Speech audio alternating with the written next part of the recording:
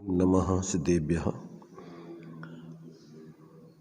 ओम नमः सिद्धेभ्यः। ओम नमः सिद्धेभ्यः।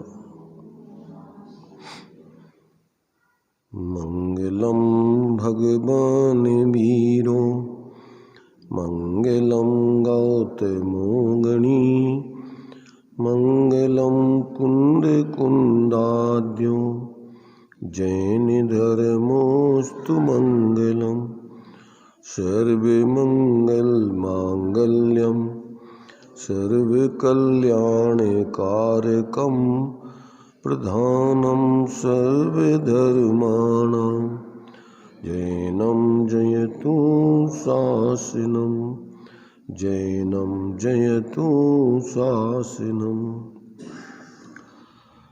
वंदितु सर्वसिद्धे ध्रुवमचल मणोभवं गदिं पत्ते बोच्छामि समय पाहुड मृण्मो सुधि केवली भणिदम्।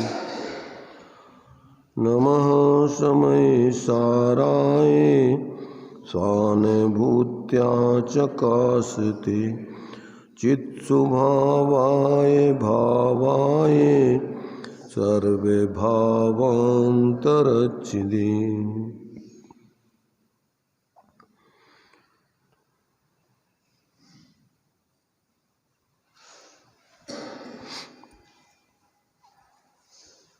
समय सार जी सर्व शुद्ध ज्ञान अधिकार विषय अपना चल रहा है, जिसमें जो एकांतवादी मिथ्या दृष्टि जीव हैं, जो वस्तु के अनेक धर्मों में से किन्हीं धर्मों को ही पूरी वस्तु मान करके और अपने को उस वस्तु के संबंध में यथार्थ ज्ञाता मानकर और धर्मात्मा मानते हुए जीते हैं। क्योंकि वस्तु का जब तक यथार्थ स्वरूप ज्ञान में नहीं आता है और फिर अपना प्रयोजन साधने के लिए जो भेद हैं, पर्यार्थिक न्याय का विषय है, परावलंबन है, उसको छोड़कर जब तक स्वावलंबन पूर्वक अपनी आत्माराधना नहीं करते हैं, तब तक वे वास्तव में सच्चे धर्मात्मा नहीं बन पाते हैं, भ्रम में ही रहते हैं। भले ही वो सविकल्प दशा में अपने को धर्मात्मा मानते रहें। तो जितने भी ऐसे एकांतवादी मिथ्या दृष्टि हैं, वे सांप्रदायिक बुद्धि से अपने लिए अपने अपने संप्रदाय में रह कर के धर्मात्मा मानते हों, परंतु जब तक वो धर्मी आत्मा का अनुभव करके परिणति में निर्विकल्पता पूर्वक सम्यक दर्शन ज्ञान चारित्र की सिद्धि नहीं करते, तब तक वे वास्तव में सच्चे अर्थों में धर्मात्मा नहीं बनते, सुखी नहीं होते और पूर्ण स्वाश्रय से उस मोक्ष की सिद्धि नहीं कर पाते। तो यहाँ ऐसे जीवों के लिए संबोधन करते हुए आचार्य देव स्पष्टीकरण दे रहे हैं। तो अभी निश्चयाभासी जीव को संबोधन किया था, अब व्यवहाराभासी जीव किस प्रकार से पर्याय मात्र अपने को मानकर कैसे भ्रमित होते हैं, उनके लिए संबोधन आगे किया जा रहा है। तो अब उससे संबंधित आचार्य अमृतचंद देव ने 2 कलश दिए हुए हैं। इन कलशों को पढ़ के आगे की गाथाएं जो पर्यार्थिक नय के विषयभूत सिर्फ क्षणिक पर्यायों को ही पूरा आत्मा मान करके भ्रमित होते हैं और एक संप्रदाय विशेष बनाकर अथवा अपने को स्वयं धर्मात्मा मानते हुए जीते हैं, ऐसे जीवों के जीवन में आत्मिक निराकुलता रूप स्वाश्रय से प्रकट होने वाली शांति नहीं मिलती है, मोक्ष मार्ग की सिद्धि और मोक्ष की सिद्धि नहीं होती है। तो यहाँ 2 कलश दिए हुए हैं। पहले 206 और 207 ये 2 कलश हैं। देखिए, इनको पढ़ के अपन विचार करते हैं। अब जो क्षणिकवादी एकांत पर्यार्थिक नय के विषय वाली मिथ्या दृष्टि हैं, माने जो पर्याय विमूढ़ हैं, ऐसे जीवों को यहाँ पर अब सम्यक प्रकार से आचार्य देव उनकी गलती बता करके यथार्थ वस्तु के स्वरूप को ग्रहण करने की प्रेरणा दे रहे हैं। तो 206 नंबर का सबसे पहले कलश है। क्षणिक मिदिमह कह कल्पयित्वात्मात्म तत्वम।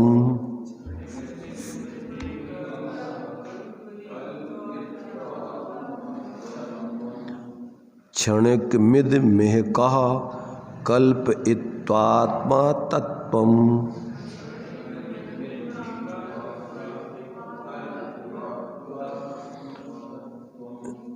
ये मालिनी छंद है ये, तो इसको जैसे मालिन होती ना, मालिन उस लय में चला जाता है।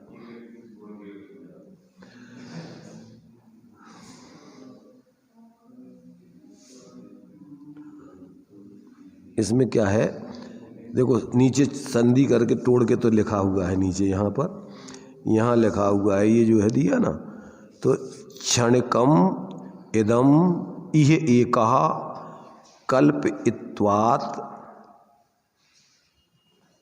कल्पयित्वा आत्मतत्वम। यहाँ क्या दिया है इन्होंने, कल्पयित्वा आत्मतत्वम निज मनसि विधत्ते कर्तृ भोक्त्रोर विभेदम अपहरति विमोहम तस्य नित्यामृतोघै स्वयं अयम अभिसिंचित चमत्कार एव। अब इसको जो है जब बोलेंगे ना अपन, क्षणिक मिदिमह का कल्पयित्वात्म तत्वम।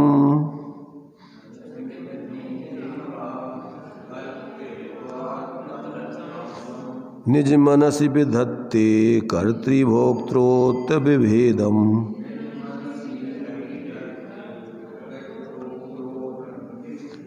कर्तृविभोक्त्रोर विभेदम, विभोक्त्रोर ऊपर रेफ है, विभोक्त्रोर विभेदम अपहरति विमोहम तस्य नित्यामृतोघै स्वयमयम अभिसिंचित चमत्कार एव। चलो संस्कृत नहीं पढ़ पा रहे अपन उसका हिंदी समझते हैं। देखिए इसको, इसका हिंदी अर्थ है, जो करता वह नहीं भोगता इस जगती में, ऐसा कहते कोई आत्मा क्षणिक मान कर, नित्य रूप से सदा प्रकाशित स्वयं आत्मा, मानो उनका मोह निवारण स्वयं कर रहा। इसमें देखो जो श्लोकार्थ दिया हुआ है, भावार्थ दिया हुआ है, इसको पढ़ते पहले।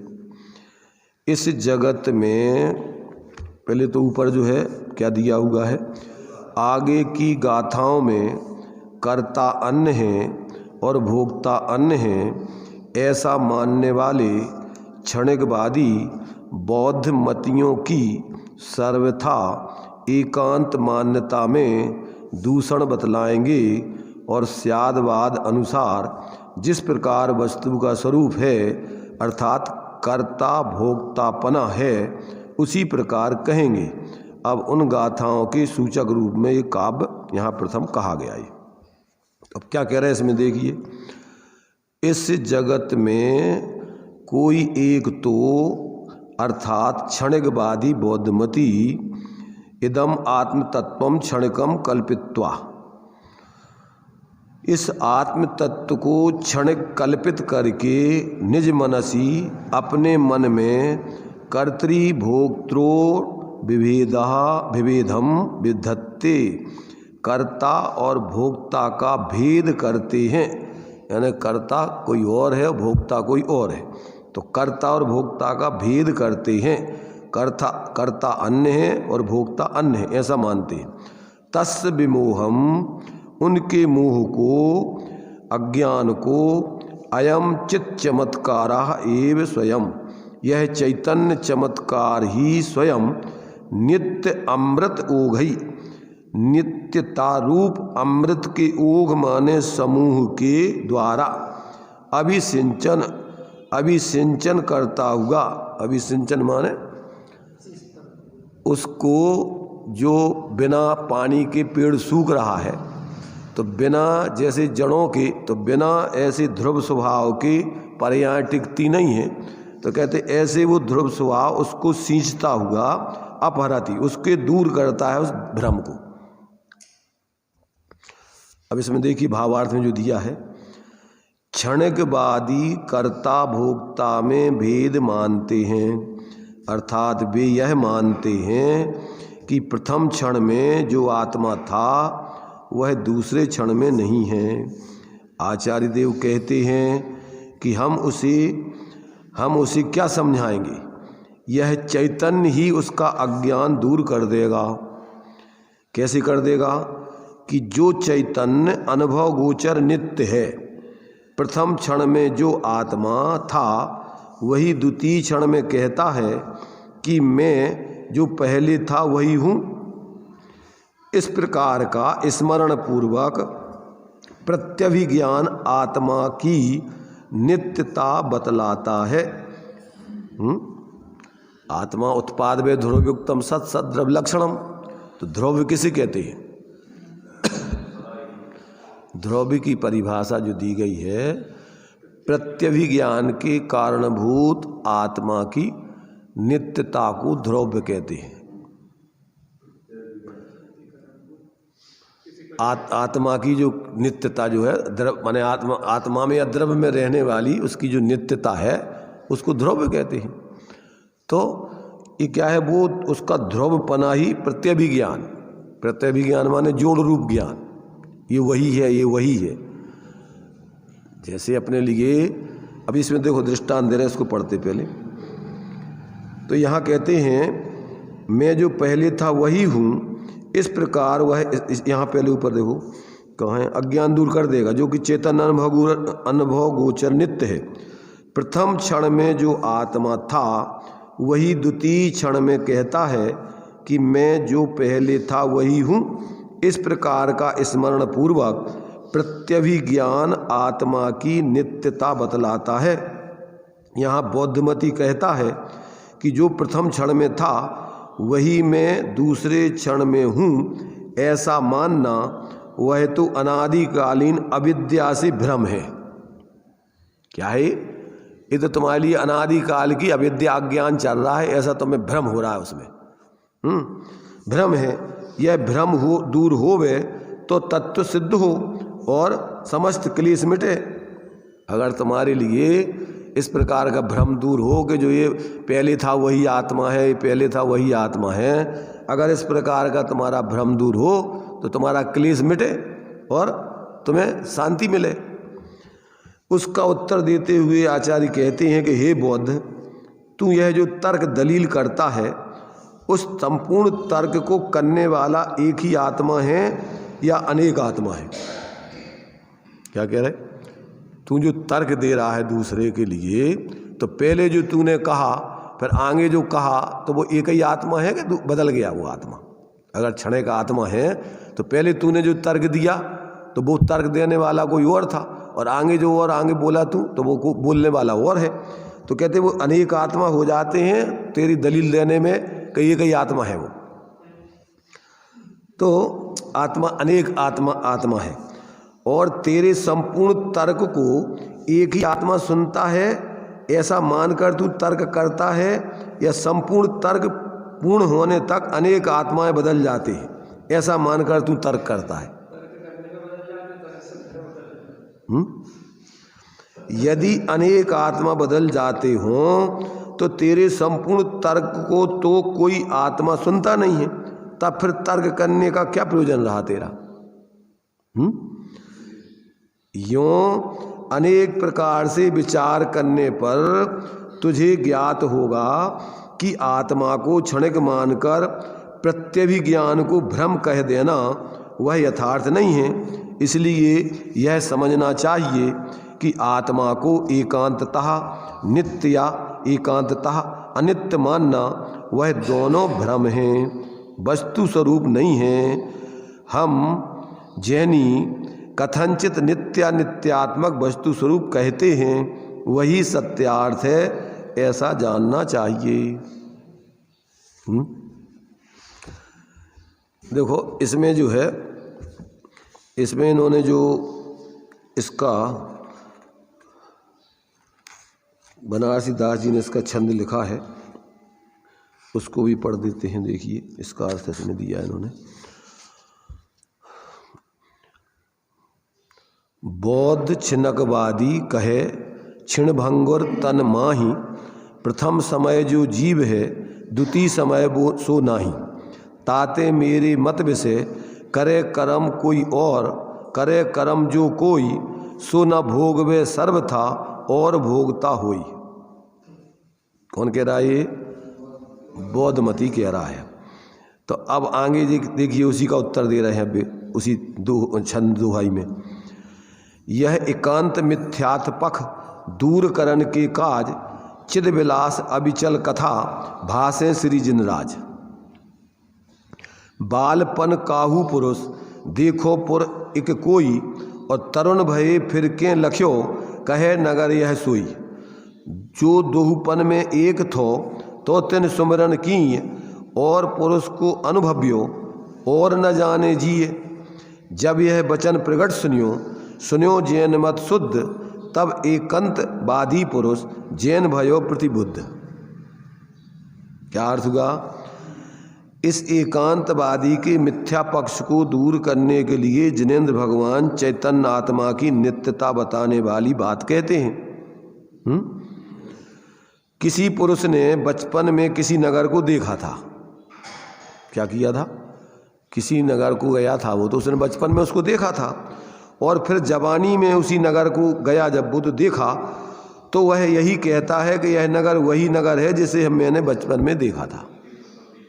है प्रत्यभिज्ञान। माने प्रत्यभिज्ञान का मतलब होता है मति पूर्वक स्मृति। जो आपने मति ज्ञान में जो धारणा जमा ली थी पहले, मति ज्ञान के भेद हैं धारणा ज्ञान। अब धारणा ज्ञान में से फिर तुमने स्मृति उसी की जो जमा हुआ है उसी में से तुमने स्मरण करके, अच्छा ये जो अपन ने बाल अवस्था में देखा था नगर वही महल है, तो ये क्या हो गया? ये प्रत्यभिज्ञान हो गया। माने इसका मतलब तुम पहले भी थे बाल अवस्था में और अभी जवानी में वही हो, जब वही तो याद करोगे। अगर तुम भी दूसरे चले गए तो अब कौन बताता कि ये वही अपन ने वो देखा था बाल अवस्था में वही है। तो इसका मतलब कि वो आत्मा बाल अवस्था में वही था और जवानी में वही है। ये कोई आत्मा भरे ही क्या है, पर्याय बदल गई, बाल अवस्था से जवान हो गई, परंतु क्या हो गया कि आत्मा वही का वही है। इसलिए आत्मा की नित्यता इससे सिद्ध हो रही है, कह रहे। तो दोनों अवस्थाओं में वह पुरुष एक ही था, तभी तो उसने इस प्रकार का स्मरण किया है। क्योंकि किसी अन्य पुरुष के अनुभव को कोई अन्य पुरुष कैसे व्यक्त कर सकता है। उक्त कथन से जैन मत की सच्चाई उस एकांतवादी के ध्यान में आ गई और वह भी प्रतिबुद्ध हो गया। उसे भी जैन मत स्वीकृत हो गया। बचपन और जवानी में किसी नगर को देखकर प्रत्यभिज्ञान होने का उदाहरण पांडे राजमल जी ने आत्मा की नित्यता समझाने के लिए कलश टीका में दिया है। उन्हीं के अनुकरण पर कविवर बनारसी दास जी ने भी यहाँ उसी उदाहरण को प्रयोग किया है। अब दूसरा जो छंद है 207 नंबर का, इसमें देखिए क्या कहते हैं। हाँ, वृत्त्यंश भेदित्वत्यंतम वृत्तिमान नाश कल्पनात् अन्या करोति भुंक्ते अन्य इत्येकांतश्च कास्तुमा। उसका हिंदी है, वृत्तिमान हो नष्ट वृत्ति अंशों के भेद से, कर्ता भोक्ता भिन्न इस भय से मानो नहीं। क्या कहा इसमें? इसका हिंदी देखिए। पुनः क्षणिकवादी का युक्ति द्वारा निषेध करता हुआ और आगे की गाथाओं का सूचक ये काव्य है। वृत्ति अंश भेदता, वृत्त्यंशों के अर्थात पर्यायों के भेद के कारण अत्यंतम वृत्तिमत नाश कल्पनात्, वृत्तिमान अर्थात द्रव्य सर्वथा नष्ट हो जाता है ऐसी कल्पना के द्वारा अन्यः करोति अन्य करता है और अन्य भुंक्ते अन्य भोगता है इति एकांतः मा चकास्तु, ऐसा एकांत प्रकाशित मत करो। भावार्थ, द्रव्य की पर्यायें प्रतिक्षण नष्ट होती हैं, इसलिए बौद्ध यह मानते हैं कि द्रव्य ही सर्वथा नष्ट होता है। ऐसी एकांत मान्यता मिथ्या है। यदि पर्यायवान पदार्थ का ही नाश हो जाए तो पर्याय किसके आश्रय से होगी? इस प्रकार दोनों के नाश का प्रसंग आने से शून्य का प्रसंग आता है। इसलिए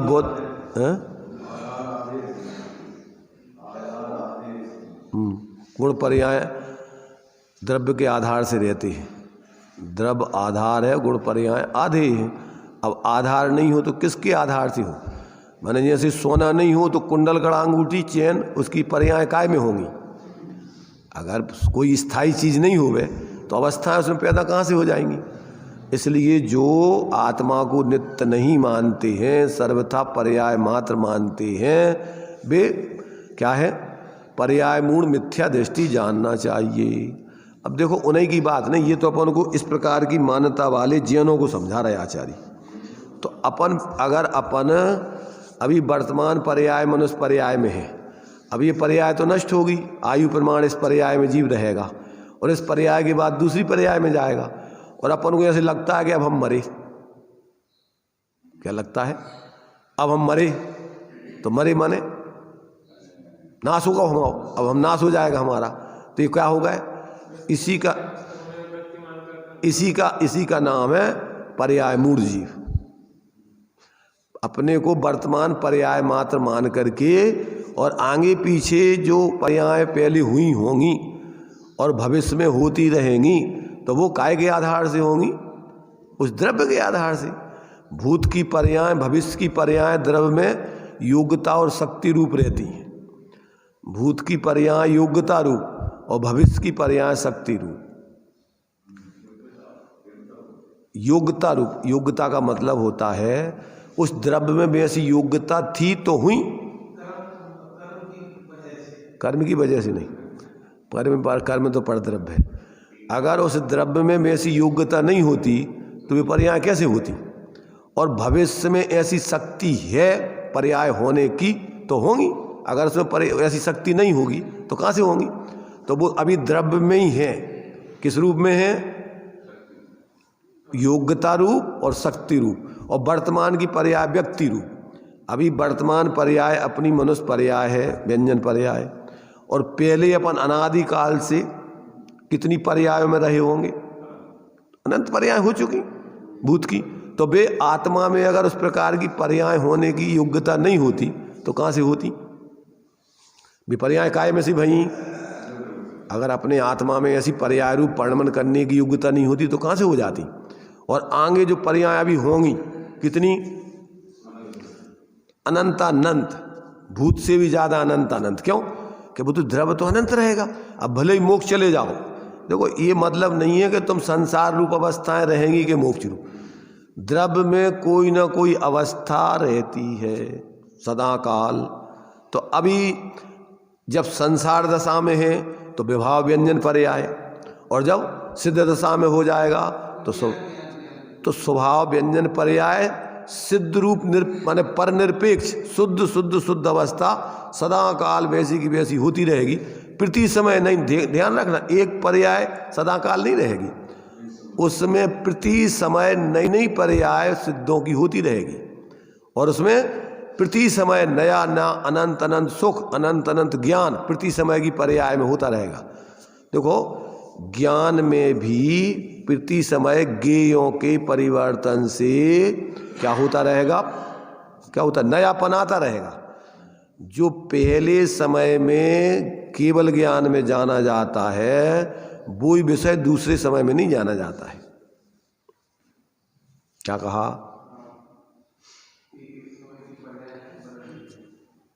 अब एक तरफ तो अपन कहते हैं कि एक ही समय में भगवान तीनों कालों का जान लेते, सकल द्रव्य के गुण अनंत पर जाय अनंता, और जाने एक ही काल प्रकट केवल ही भगवंता। और फिर एक तरफ कह रहे हैं कि प्रति समय नया नया विषय आता है। तो इसका क्या क्या रहस्य है? इसका रहस्य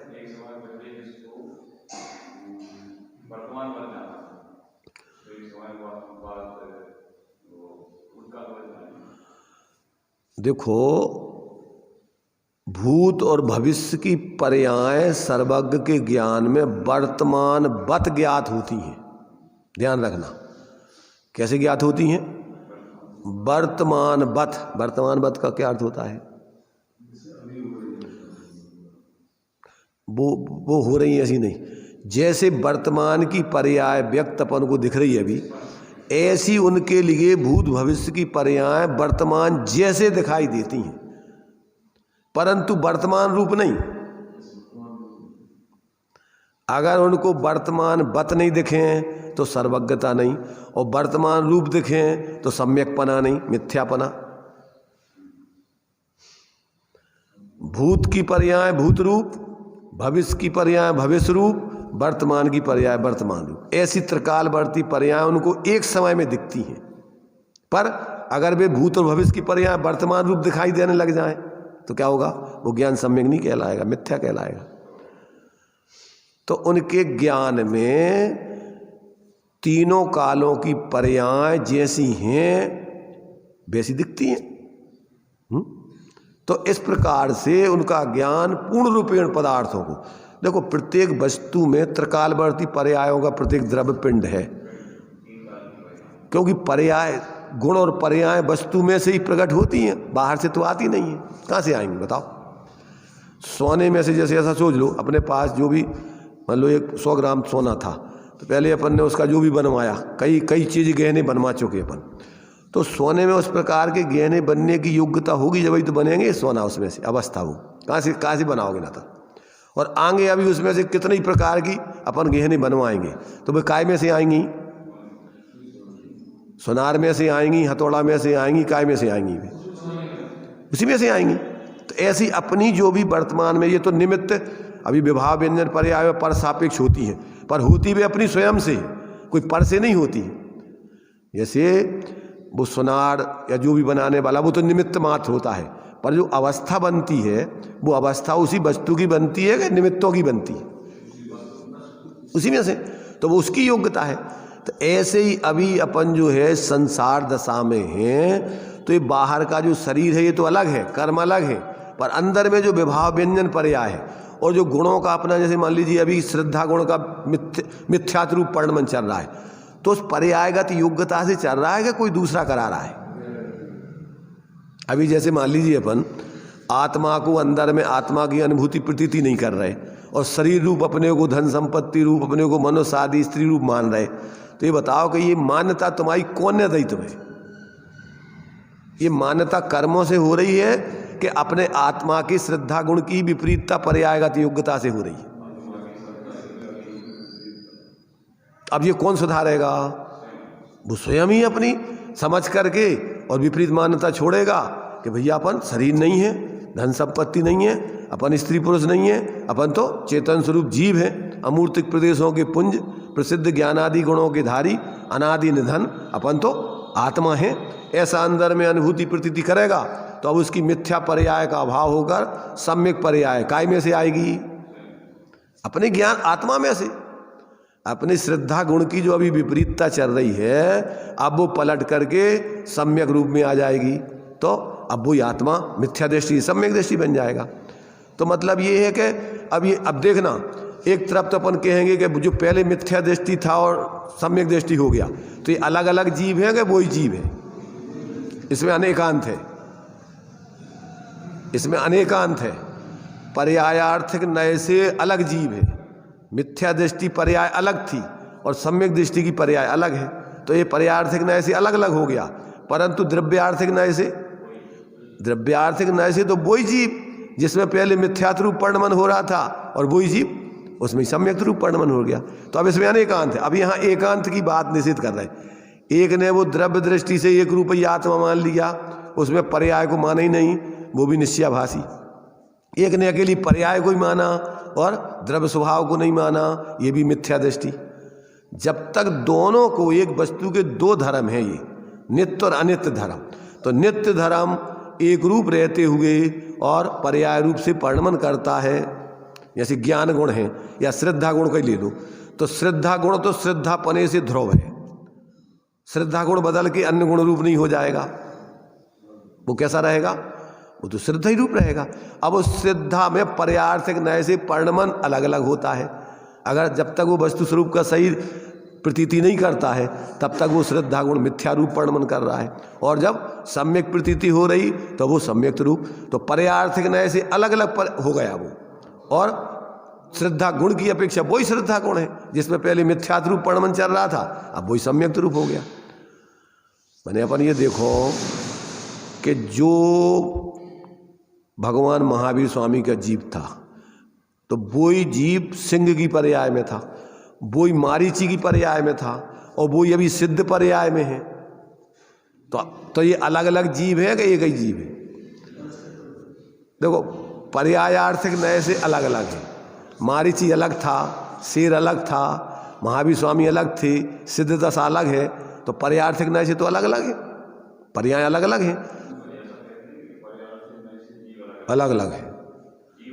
हाँ, वही जीव अलग अलग, वही जीव की अवस्था है।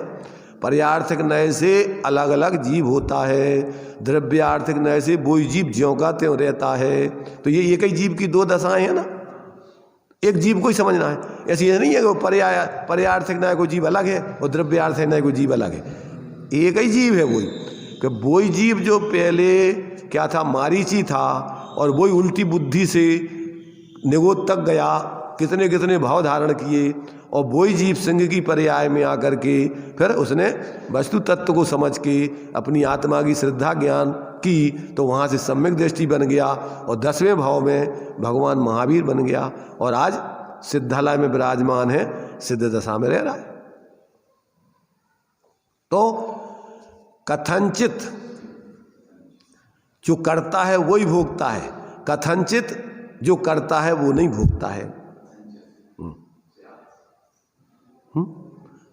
तो पर्यार्थिक नय से विचार करो तो अलग अलग है, और द्रव्यार्थिक नय से विचार करो तो वही का वही है, एक ही का एक। तो अब ये अगर अपन नहीं समझते हैं तो अब क्या है कि या तो एकांत से अपन ने धारणा बना ली कोई के बारे में, अब वो तो अवस्थाएं बदलती रहती भावों की, और अपन ने धारणा बना ली अरे वो व्यक्ति तो बेईमान है, चोर है।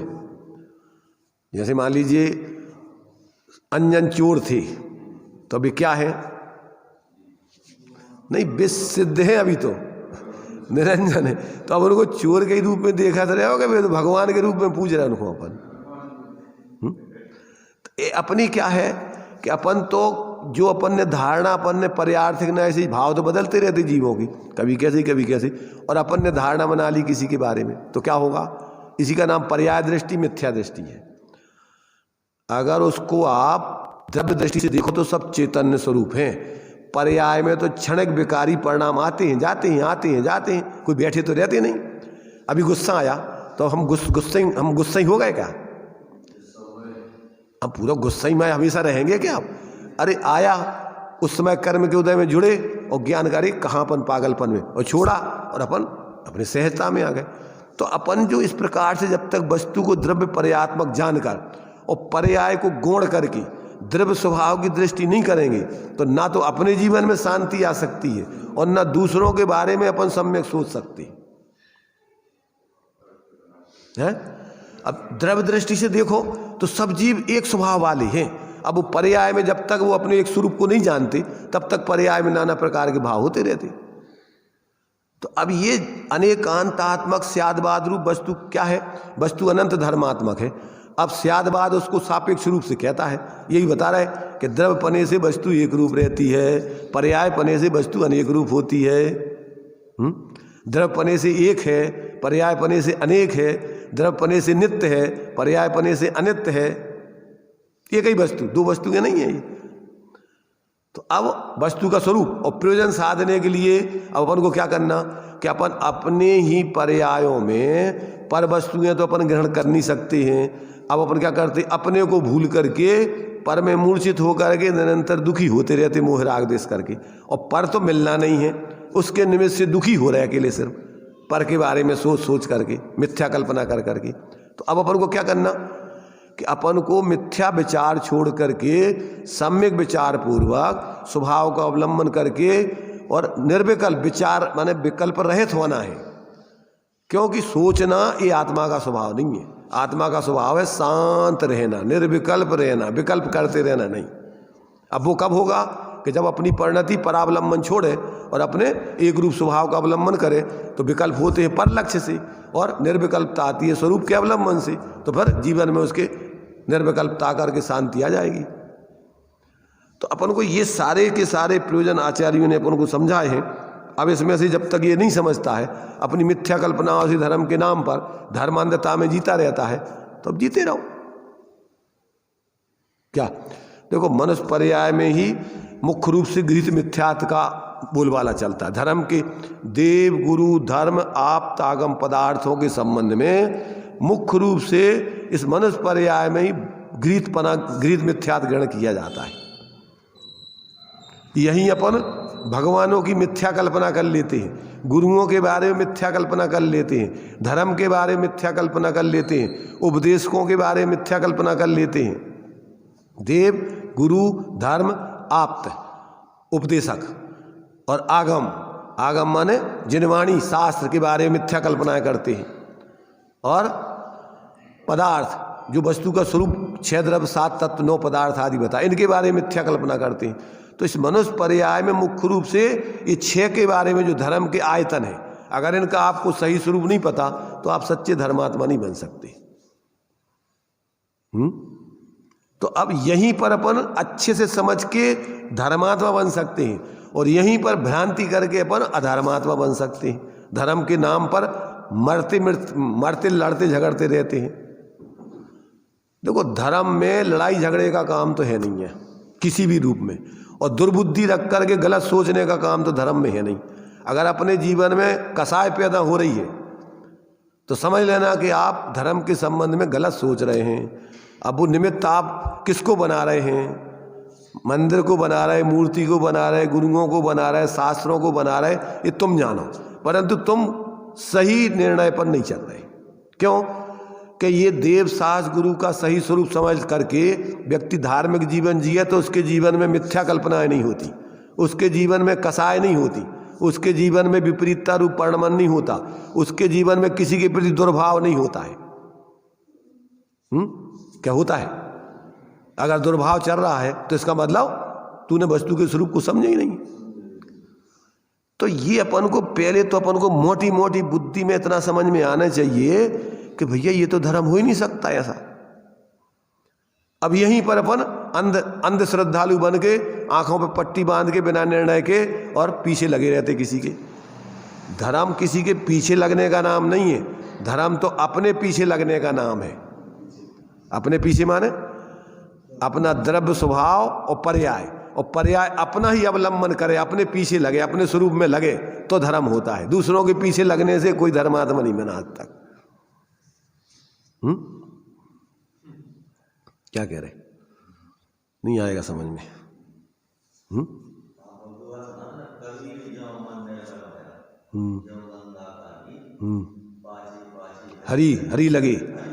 हरी लगे हैं पीछे पीछे, पर्याय के पीछे हरी बैठे हैं। और वो द्रव्य जो है अपनी पर्याय से कहता है कि अरे कहाँ जा रही है भाई, तू इधर आ जाना मेरे पास, देख इधर। अगर अपने अंदर अपने को देखने लग जाए तो झंझट खत्म ही है। तो ये जब तक अपन अपने स्वयं के अंदर को जो तुम्हें बुला रहा है आत्मा, क्या निरंतर परिणति को, तुम्हारी परिणति इधर उधर भाग रही कि भैया तू इधर आ जा, पर अपन नहीं देख रहे। तो जब तक जीव को ऐसे अपने स्वरूप की तरफ लक्ष्य और उसका अवलंबन नहीं होता, तब तक ये निरंतर पर लक्ष्य करते और अपने को बहुत श्रेष्ठ मानता है। जितनी बड़ी भीड़ के संग लग जाएगा उतना बड़ा अपने को श्रेष्ठ मानेगा। जितने भेड़ों की भीड़ के संग लग जाएगा उतना अपने को मानेगा कि हम बहुत बड़े धर्मात्मा हैं। तो इसलिए यहाँ पर देखो, ये पर्याय मात्र अपने को मानने वाले ऐसे एकांत मिथ्या दृष्टियों को यहाँ पर संबोधन करके आचार्य देव समझा रहे हैं। तो इसको जब तक अपन को सम्यक प्रकार से समझ में नहीं आता है, तब तक ये अपनी अनादिकालीन जो क्रम से पर्याय में भूल चली आई है उसका सुधार नहीं होता है। तो अपन को ये बहुत सुंदर अवसर है कि अपन सारी मिथ्या धारणाओं को छोड़ के सम्यक प्रकार से आचार्यों के इन शास्त्रों को सुन करके, समझ करके, पढ़ करके और अपने जीवन में जो मिथ्या धारणाएं अपन ने बना रखी हों तो उनका निवर्तन करके सम्यक प्रकार से अपने स्वरूप को ग्रहण करके सच्चे अर्थों में धर्मात्मा बन के सुखी हों। इसके लिए अपन को ये आचार्य देव अनेक प्रकार से संबोधन दे रहे हैं। अब ये चूँकि अपन को ये तो अपन ने पूर्व में आचार्य अमृतचंद देव ने 2 कलश द्वारा आगे की गाथाओं के बारे में रेफरेंस दिया था भूमिका के रूप में। आगे अब ये गाथाएं आचार्य कुंद देव कहेंगे, अब उनके बारे में आप समझना वो आचार्य क्या कह रहे हैं। तो ये जो है अब 4 गाथाएं हैं यहाँ। अब निम्नलिखित गाथाओं में अनेकांत को प्रकट करके क्षणिक बात का स्पष्टतया निषेध करते हैं। काय में?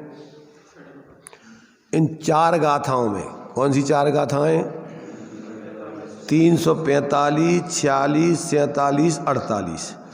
अपन देखिए इन गाथाओं को पढ़ते हैं, हिंदी भी पढ़ लेंगे, इसके बाद अपन इसकी चर्चा बाद में देखेंगे। गाथाएं अपन पढ़ते हैं। केहिंचिदुपज्जैहि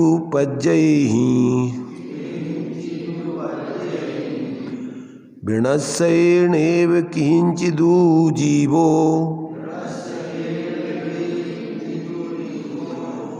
जम्मा तम्मा कोवदी सोवा अन्नो वणेयन्तो किंचिदुपज्जैहि विनश्येनैव किंचिदु जीवो जम्मा तम्मा वेदति सोवा अन्नो वनेयन्तो जो चैव कुणदि सोचिये न वेदये जस्य एष सिद्धन्तो सो जीवो नादब्बो मिच्छादिट्ठी अनारि हदो अन्नो करेदि अन्नो परिभुंजदि जस्य एष सिद्धन्तो सो जीवो नादब्बो मिच्छादिट्ठी अनारि हदो। अब देखिए उसका हिंदी पद्यानुवाद है। पर्याय कुछ से नष्ट जीव कुछ से न जीव विनष्ट है इससे करे है वो ही वो अन्य नहीं एकांत है। पर्याय कुछ से नष्ट जीव कुछ से न जीव विनष्ट है यों जीव वेद को अन्य नहीं एकांत। जीव जो करे वह भोगता नहीं जिसका यह सिद्धांत है। अरहंत के मत का नहीं वो जीव मिथ्या दृष्टि है। जीव करता अन्य वेद जिसका यह सिद्धांत है। अरहंत के मत का नहीं वो जीव मिथ्या दृष्टि है। बहुत ही सुंदर तरीके से आचार्य देव अनेकांत पूर्वक वस्तु स्वरूप की सिद्धि करके एकांत से वस्तु स्वरूप को मानने वाले मिथ्या दृष्टियों को आत्मीयता से संबोधन करते हुए और उनके अज्ञान को दूर करने का प्रयत्न कर रहे हैं। क्या कर रहे हैं कि जो जीव वास्तव में सुखी होना चाहता है वो वस्तु जैसी है वैसा जानकर अपना आत्महित प्रयोजन साधने के लिए सारे बाहर के विकल्पों को छोड़कर परावलंबन से रहित ऐसे अपने आत्मिक स्वावलंबन को ग्रहण करके और आनंद में जिए। और फिर हाथ कंगन को आरसी की जरूरत नहीं पड़ती। हाथ कंगन को आरसी समझ में आता? पढ़े लिखे को आरसी नहीं, हाथ कंगन को आरसी। हाथ कंगन माने हाथ में तुम कंगन पहने हो और कहोगे तनक हमारा दर्पण उठाइए हम देख ले में कंगन हमारे हाथ में है कि नहीं। दर्पण ऐनक, ऐना क्या बोलते उसको? शीशा बोलते, दर्पण बोलते, ऐनक जो भी बोलते कि भैया उठाइए तनक दर्पण देख ले हमारे हाथ में कंगना है कि नहीं है। बुलाओ तो कोई, अरे कंगना देखे हुए के लाने शीशा की जरूरत है कि हाथ में आंखों से देखे हो कि हो है पहने। तो जैसे व्यक्ति को प्रत्यक्ष के लिए फिर दूसरे की जरूरत नहीं पड़ती प्रमाण की, तो ऐसे ही जो जीव स्वयं अपने स्वरूप का अनुभव करके अतीन्द्रिय आनंद भोगते हुए धर्मात्मा बन जाता है, उसको किसी से पूछने की जरूरत नहीं पड़ती गवाह की कि भैया अब हमें धर्म भाव हो रहा हो कि नहीं हो रहा हो। अपन ने भोजन कर लो, पेट भर गओ और कहा भैया देखो हमारी भूख मिटी कि नहीं मिटी, कोई से पूछना पड़े दूसरों से है। तो ऐसे ही अपन को जो व्यक्ति धर्मात्मा पने का जीवन जीता है उसको स्वयं ही उसका आनंद आता है, विवेक उसका जागृत रहता है, उसको किसी दूसरे की पूछने की जरूरत नहीं पड़ती है। तो ऐसे ही अपन को सम्यक दृष्टि, निसंकेत, निकांक्षेद, निर्विचिकित्सा, अमूढ़ दृष्टि, मूढ़ नहीं होता है वो किसी के पीछे किसी के कहने से लग जाए। बच्चों से अपन कहते तुम्हारा कान बिलैया ले गई तो वो रोंग लगे, अरे पागल तू कान देख तो तेरा कान ले गई कि नहीं, ने कहते जुमानने लग गया, तू रोने लग गया। ऐसे ही अपन को किसी दूसरों ने कुछ भी कह दिया और अपन के कहे में लग के और कसाय करते हुए जीने लग गए। अरे पागल, कसाय करने से धर्म कैसे होगा किसी रूप में भी। इसलिए जब तक व्यक्ति को स्वयं का बोध जागृत नहीं होता तब तक वो मूर्ख बन के दूसरों के पीछे लग के और अपने जीवन को बर्बाद करता रहता है। और जब स्वयं बोध जागृत होता है तो दुनिया की किसी भगवान की भी नहीं मानेगा वो। क्यों? क्योंकि वो तो प्रत्यक्ष जीवन जी रहा है। भगवान ने जो बात कही अब उसका अनुभव कर लिया और वे कदाचित कहेंगे भैया नहीं नहीं ये बात ऐसी नहीं है कि साहब अब जरूरत नहीं है तुम्हारी हमें।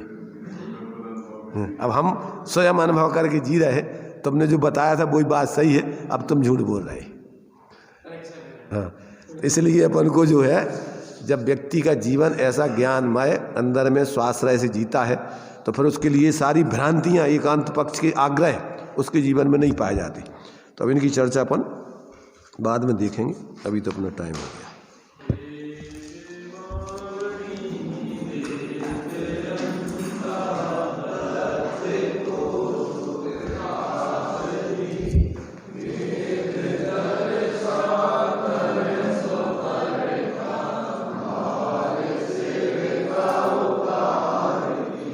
चैतन्य कायम